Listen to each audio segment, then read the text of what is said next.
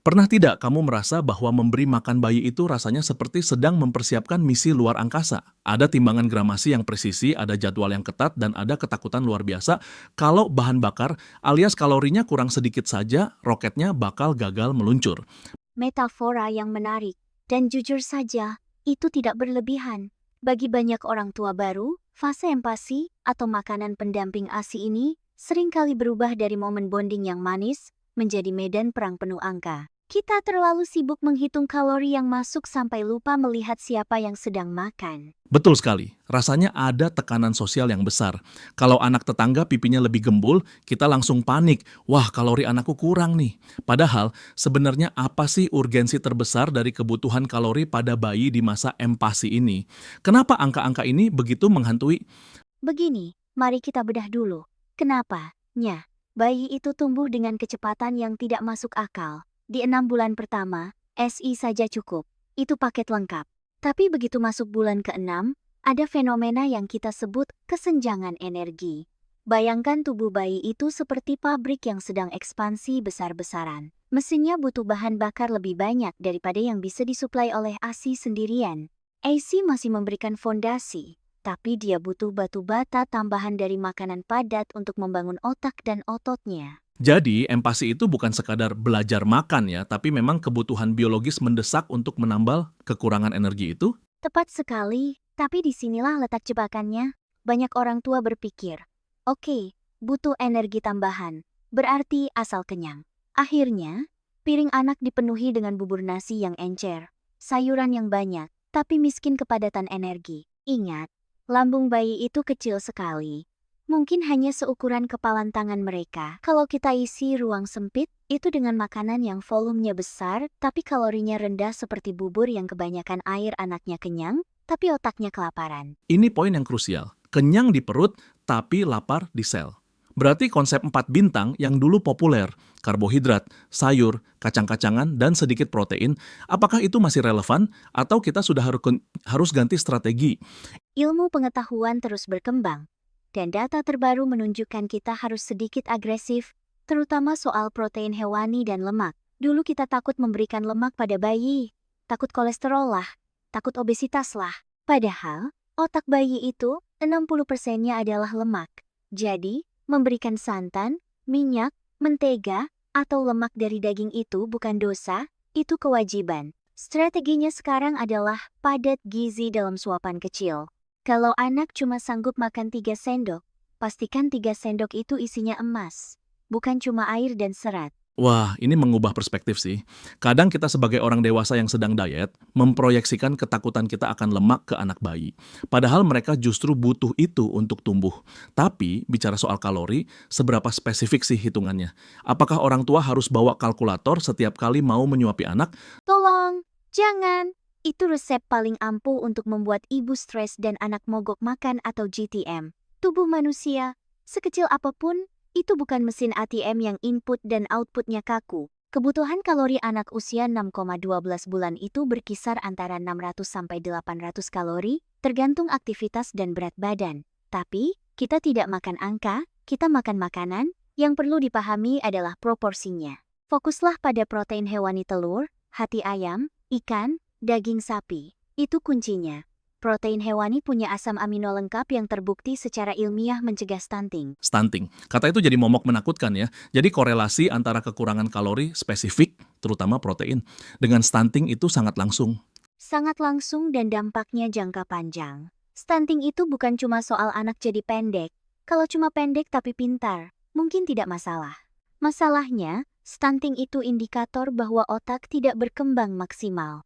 Bayangkan kamu membangun gedung pencakar langit tapi semennya dikurangi separuh.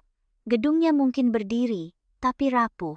Kekurangan kalori dan protein di 1000 hari pertama kehidupan itu dampaknya permanen terhadap kognitif. Makanya, wajar orang tua cemas. Tapi kecemasan itu harus diarahkan ke tindakan yang benar, bukan sekadar memaksa anak makan porsi besar. Nah, menyinggung soal memaksa. Ini sisi gelap dari obsesi kalori. Ketika orang tua tahu betapa pentingnya kalori ini, mereka jadi obsesif. Kalau anak tutup mulut, rasanya dunia mau kiamat. Akhirnya terjadi pemaksaan. Apa dampak psikologis dari pendekatan yang penting kalori masuk ini? Ini adalah tragedi yang sering tidak disadari. Ketika kita fokus hanya pada angka kalori, kita melupakan bahwa makan adalah sebuah proses belajar dan pengalaman sensorik. Bayangkan kalau setiap kali kamu duduk mau makan, ada raksasa yang menjejalkan sendok ke mulutmu sambil marah-marah atau memencet hidungmu supaya mulut terbuka. Apakah kamu akan menikmati makanannya? Tidak. Kamu akan trauma. Trauma makan. Kedengarannya berat tapi masuk akal. Sangat berat. Anak yang dipaksa makan demi mengejar target kalori harian, mungkin berat badannya naik bulan ini. Tapi bulan depan, dia akan membenci makanan. Dia akan melihat kursi makan sebagai kursi penyiksaan. Dalam jangka panjang, ini justru merusak mekanisme lapar dan kenyang alami tubuh mereka. Kita menciptakan generasi yang punya hubungan buruk dengan makanan, bisa jadi picky eater parah, atau malah emotional eater saat dewasa nanti. Jadi ada tarik-menarik antara kebutuhan fisiologis, kalori harus masuk, dan kebutuhan psikologis, kenyamanan dan otonomi anak. Bagaimana jalan tengahnya? Bagaimana kita memastikan kalorinya cukup tanpa harus jadi monster saat jam makan? Jawabannya ada di responsive feeding atau pemberian makan yang responsif. Kuncinya adalah percaya.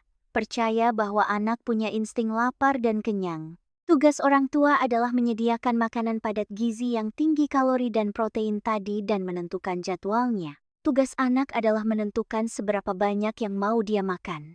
Kalau di jam makan utama dia makan sedikit, jangan panik. Mungkin dia belum terlalu lapar, atau mungkin dia sedang tumbuh gigi. Kita bisa kejar kekurangannya di jam camilan dengan menu yang juga padat kalori, misalnya puding santan telur atau perkedel daging. Jadi fleksibilitas itu penting ya, tidak harus kaku 3 kali makan besar dengan porsi yang sama rata. Betul. Dan satu lagi, manfaatkan booster alami. Jangan ragu menambahkan minyak kelapa, mentega, atau santan ke dalam bubur mereka. 1 sendok teh minyak itu kalorinya tinggi loh, dan tidak menambah volume makanan secara signifikan. Jadi anak tidak merasa begah tapi asupan energinya terdongkrak. Itu cara cerdas, bukan cara keras. Menarik.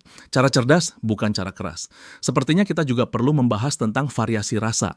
Ada anggapan bahwa makanan bayi itu harus tawar, padahal kalori juga bisa datang dari saus yang enak, kan? Oh, mitos, hambar itu sehat, harus kita kubur dalam-dalam. Bayi itu manusia. Mereka punya lidah. Di banyak budaya, bayi dikenalkan dengan rempah-rempah sejak dini. Makanan yang enak akan membuat nafsu makan naik secara alami. Kalau nafsu makan baik, kalori masuk dengan mudah tanpa drama. Gula dan garam boleh diberikan dalam takaran yang sangat terbatas untuk memantik rasa selama tidak berlebihan. Tujuannya supaya anak menikmati prosesnya.